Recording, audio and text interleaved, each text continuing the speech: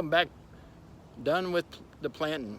So this will wrap up my series on river cane.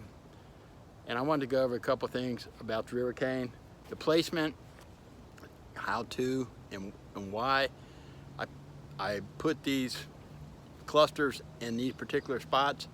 There is a reason for it, and maybe some people agree, some might disagree, but all I can say is that from 3 years of experience, I'm just going with my gut. So this is how I do it. So I don't know if it's right or wrong, but it's how I do it. So one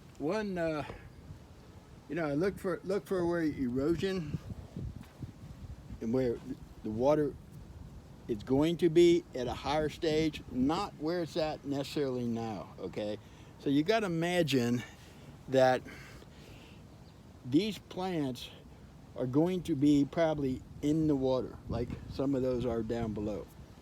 And the idea is to create like a mat, like astroturf-like surface, so that the water can't penetrate down into the soil, and it will hold the soil.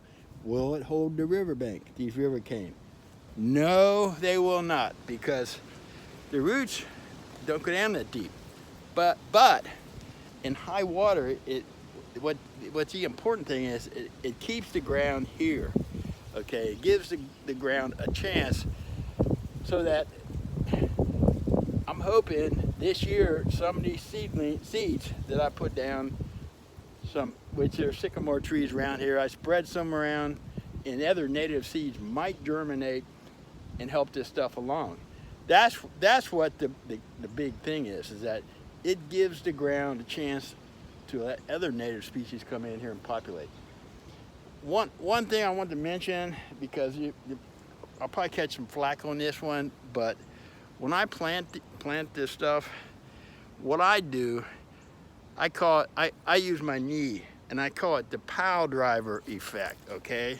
So what I do is I pound the base in with my knee, okay? And now all these professors at NKU in environmental studies were freaking out and going, oh my God, soil compaction, yeah, ooh, woohoo, whatever.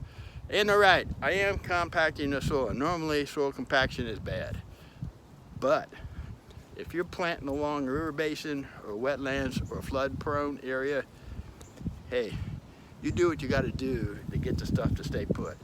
Like I said, I planted this stuff in the last 3 years and it's all stayed put. So I'm going to do it my way, you know, and if you want to leave the soil loose, well, you can look for your plants downriver somewhere, because that's where they're going to be, guaranteed. All right, so moving on. Another reason I put these plants where I did here is that I noticed that there was some slumping going on the shoreline, which is normal when you got soil erosion and collapse. You can kind of see it in a smaller degree here. Those little lines, see it?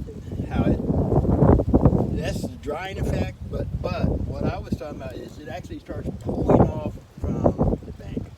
And I noticed that going on over here in this area section. So that's why I put these plants in this location, to try to hold this ground for the time being. You can see the plants I put in last Thursday. They look like they're doing pretty good. And yeah, they're muddy, big deal, but they're doing good. And I mean, if I might trim them back, but they look pretty healthy to me. So I'm not, you know, if there's nothing wrong with them, don't mess with them. So that's a good rule of thumb. So there they are. I'll walk you through it.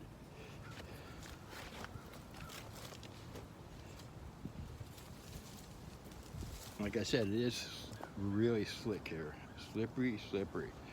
So again, these plants over here, I put them there away from the other group. I usually like to plant them in groups, but because the river's carving out these areas here, So as emergency stopgap, I put these in up here. So that pretty much wraps up all I got to say about river cane for today in my series. So I hope you enjoyed watching. It's always fun. I never know what's going to happen. You never know what's going to come out of my mouth. I mean, you know, I keep it pretty clean so far. Hey, I've been doing good on that part. All right. Well, thanks for tuning in, and I'll probably have some more down the road here. I'm not sure. I'm done with the river cane for now.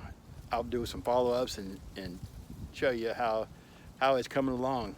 And we still had the beaver problem, so that's another issue that I'll have to address. All right, signing off here on Licking River in Covington, Kentucky. Stan the Riverman saying, hey, take care out there. See ya.